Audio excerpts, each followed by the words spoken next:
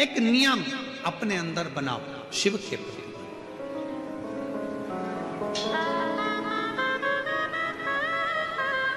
अपने भीतर जब हम नियम बना लेते हैं कि श्री शिवाय नमस्तुभ्यं जपना है, शिव को एक लोटा जल चढ़ाना है, शंकर की आराधना करना है, तो शिव हमारे लिए भी कोई ना कोई नियम जरूर बनाते हैं और हमारा कल्याण जरूर कराते हैं। एक नियम बना, इस कथा को सुना, तुम्हारे पति को फल प्राप्त हो।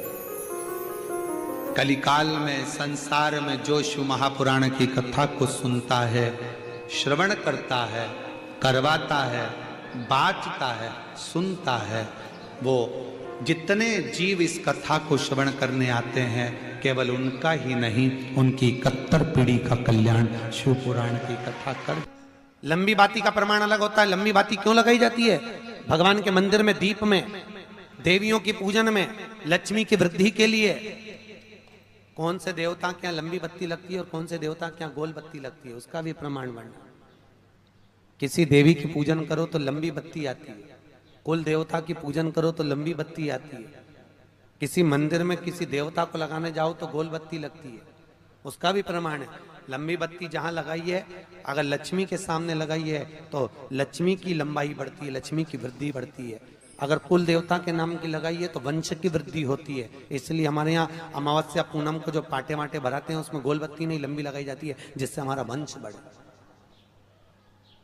नवरात्रि में देवी जी की जो बाती लगाई जाती है वो लंबी लगाई जाती है, गोल नहीं। क्यों? क्योंकि जिससे माँ हम पर कृपा बना कर रखे, हमारा वंश खूब बढ़े, हमारे यहाँ लक्ष्मी की वृद्धि हो। स्थिर बाती, गोल बाती लगाई जाती है ब्रह्मा के मंदिर में, इंद्र के मंदिर में, देवता के मंदिर में। तुलसी के सम्मुख में लंबी बाती नहीं लगती, तुलसी के सम्मुख में गोल बाती लगाई जाती है महाराज, जिससे स्थिरता का भाव केंद्रित हो। स्थिरता भाव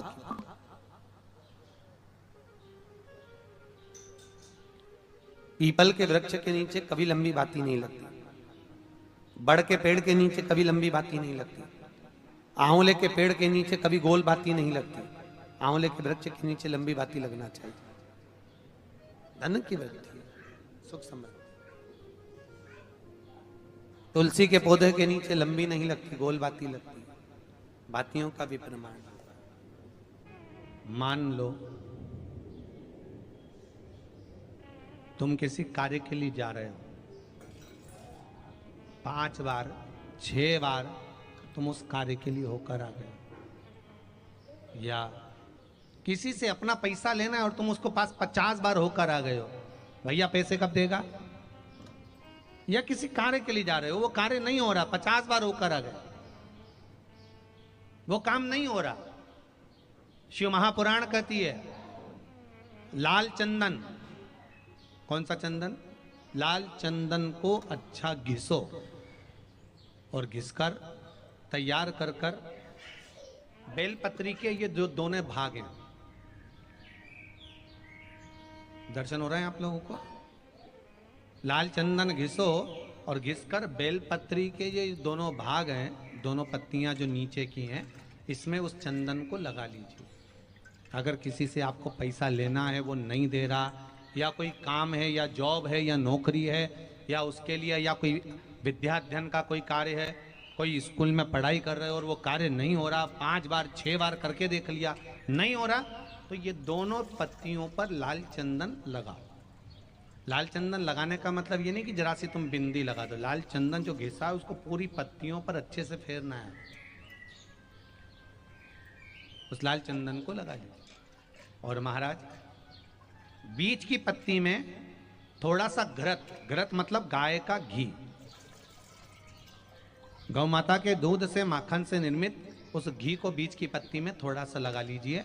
और जो अशोक सुंदरी वाली जगह है, जानते हो ना आप लोग अशोक सुंदरी की जगह, आपको पहले भी कथा में कहा, समझ लीजिए ये शिवलिंग है, ये जलाधारी पर रखा हुआ है, ये गोल जलाधारी है, यहां से पानी नीचे गिरता है, ठीक है, ऐसे होता ना शिवलिंग। तो शंकर भगवान का पूरा परिवार शिवलिंग के आसपास में होता है। शंकर भगवान के 13 बच्चे हैं। कितने बच्चे हैं शिव जी के? 13 बच्चे। पूरे 13 के 13 बच्चे और धर्म पत्नी शिव जी की शिवलिंग के आसपास में है। जैसे ये जो गोल जलाधारी है ये माता पार्वती जी का हस्तकमल है। शिवलिंग रखा है ये शंकर जी का स्वरूप है। जहाँ से पानी नीचे गिरता है राइट भाग गणेश जी का स्थान, लेफ्ट भाग 6 कार्तिकेय षडानंद कार्तिकेय का स्थान। जहाँ शिवलिंग का जहाँ पानी जाता है उसके बीच में एक मोटी सी लाइन होती है, वो शंकर भगवान की सबसे छोटी लड़की जिसका नाम अशोक सुंदरी है उसका स्थान है। ऊपर से बूंद बूंद पानी जो शिवलिंग पर गिर रहा है ये शंकर भगवान की 5 लड़कियों का स्थान है। जया, विषहरा, शामली बारी, दौतली और देव।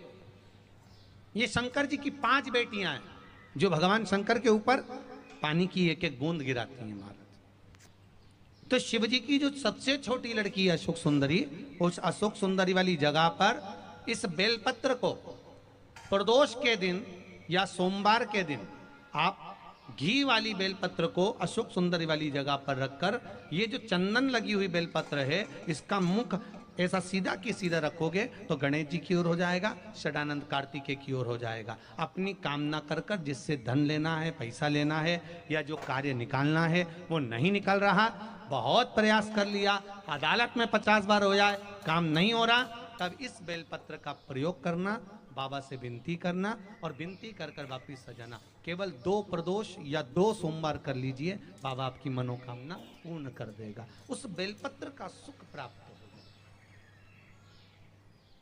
बेलपत्र पर इतना याद रखना, जो चंदन लगा हुआ भाग है वो नीचे होना चाहिए अशोक सुंदरी की ओर। गरत का भाग अशोक सुंदरी की ओर होना चाहिए, नीचे की ओर, नहीं तो मालूम पड़े तुम ऊपर उल्टा रख दो।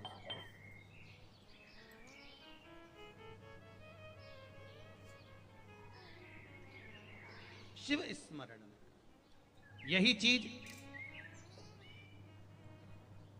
विवाह में भी कार्य आती है। जिन बेटा और बेटी का विवाह नहीं हो रहा, जिन बेटा बेटी का विवाह नहीं हो रहा, 30-30 साल के हो गए, 28 साल, 40 साल, 25 साल के हो गए, विवाह नहीं हो रहा, तो आज बेलपत्री पर दोनों पत्तियों पर लाल चंदन लगाइए और बीच वाली पत्ती पर पीला चंदन लगाइए। जिसका विवाह नहीं हो रहा उस नीचे की दोनों पत्ती पर लाल चंदन और बीच वाली पत्ती पर पीला चंदन।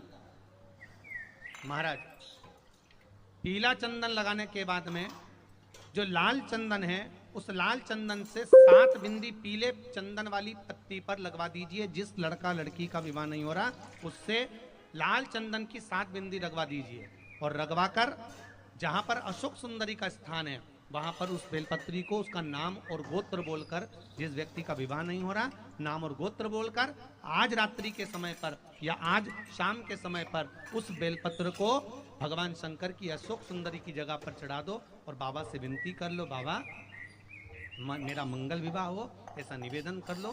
3 महीने के अंदर विवाह पक्का, भगवान विवाह पक्का करा ही दे। जिसका विवाह नहीं हो शादी।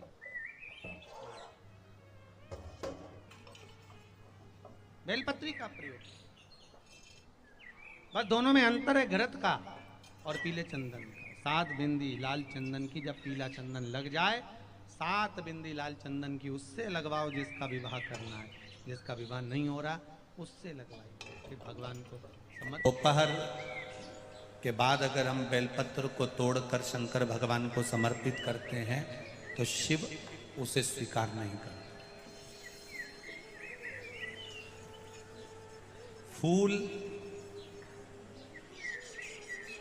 सूर्य की किरण निकलती है, प्रकाश थोड़ा सा हो जाता है, थोड़ा सा उजाला हो जाए और रात्रि सूर्य अस्त के पहले पुष्प को हम तोड़ सकते हैं, फूल हम तोड़ सकते हैं। बेलपत्र सुबह से लेकर दोपहर तक हम तोड़ सकते हैं, पर दोपहर के बाद में बेलपत्र को नहीं तोड़ा जाता।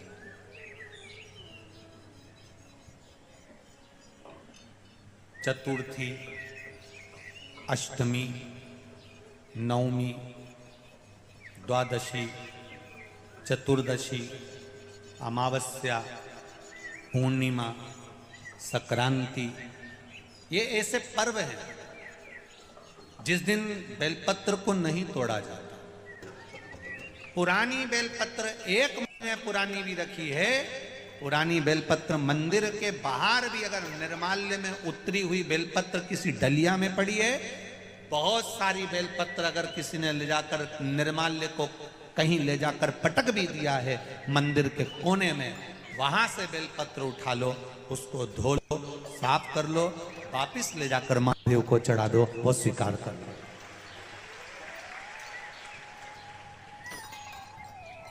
पशुपति व्रत कर रहे हो, चतुर्थी पड़ गई, अष्टमी पड़ गई,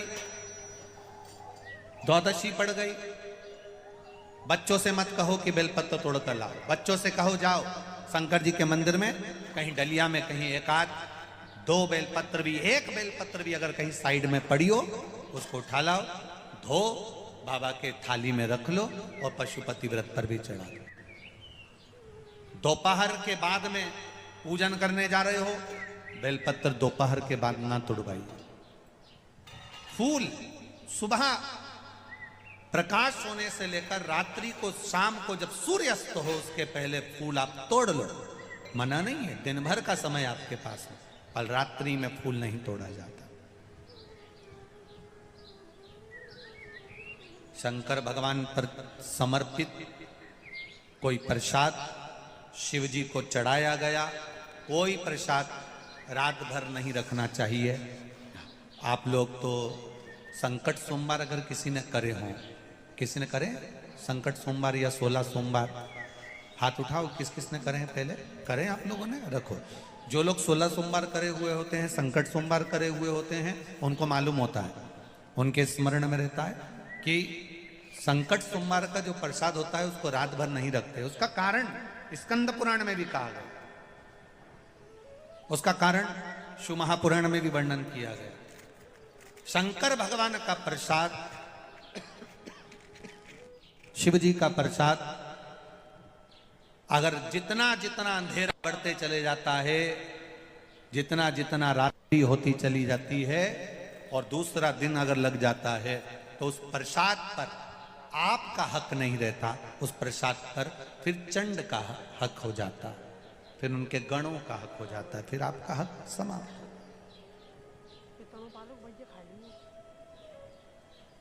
तीसरी बात का स्मरण करिएगा, एक तो बेलपत्र दोपहर के बाद न तोड़िए, दूसरा पुष्प रात में न तोड़िए, तीसरा चतुर्थी, अष्टमी, नवमी, द्वादशी, अमावस्या, पूर्णिमा, चतुर्दशी, संक्रांति, इस पर बेलपत्र ना तोड़िए। मंदिर की चढ़ी हुई, कहीं रखी हुई, कहीं अगर निर्माल्य में भी कहीं ले जाकर पड़ी है, वो भी समर्पित कर सकते हो। बेलपत्र तो यहाँ तक वर्णन करती है कि अष्टमी नवमी दोनों पड़ रही है और आपको बेलपत्र की जरूरत पड़ रही, तो एक बेलपत्र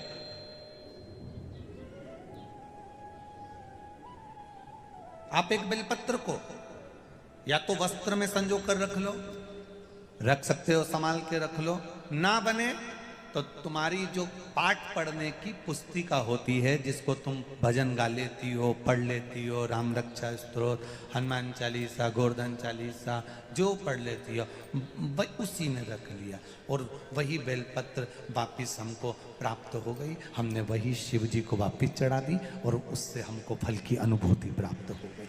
जरूरी नहीं है तोड़े, बेलपत्री पूर्ण ना मिले। एक समय ऐसा आता है कि बेलपत्रियों को कीड़े खा जाते हैं, खंडित हो जाती है, सूख जाती है, बेलपत्री पूर्ण ना मिले।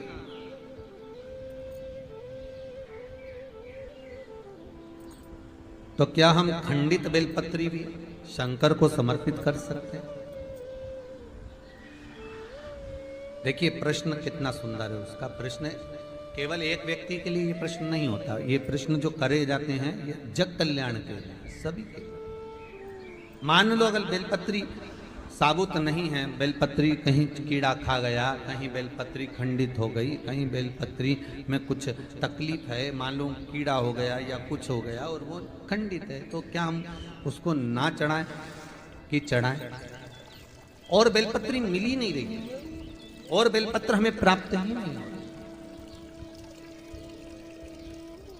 ऐसी दशा में हम क्या कर सकते हैं? तो शिव महापुराण की कथा कहती है यह भी जरूरी नहीं है कि आप बेलपत्र समर्पित करें। कितना सुंदर कहा है शिव महापुराण की कथा में कि हम